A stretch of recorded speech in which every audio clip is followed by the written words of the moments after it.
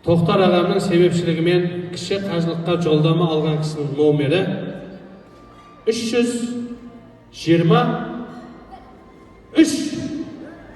Who is the love? 323.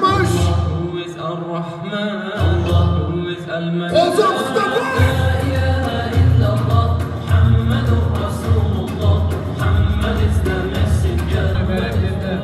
Berekede есіміңіз? Кім боламыз? Жолдастары. Ардақ, кім қай кісін жұбайсыз? Еркін мырзаның үйіндегі Ардақ. Келіңіз Еркін аға. Жеңгеміз Еркін аға келіңіз. Алақан соғып қояйық.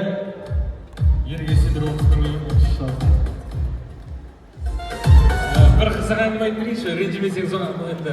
Мына Еркін деген азаматпен осыдан ары кетсе бір 2 жыл бұрын таныстым, бір қызық оқиға айтып берейін. Арнай осында досым отыр, Арнай жағайда. Арнай досым Талдықорғанда үлкен бір ат жарыс жасады. Бабаларына ас беріп, сол ат жарысқа Арнай бір сәйгүлігімді алып бардым бәйгеге.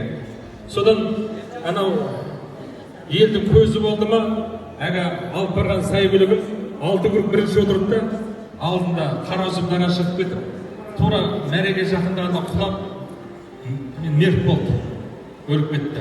Содан Ақан Сейір атам сияқты тек жүгет ұстап қайттым.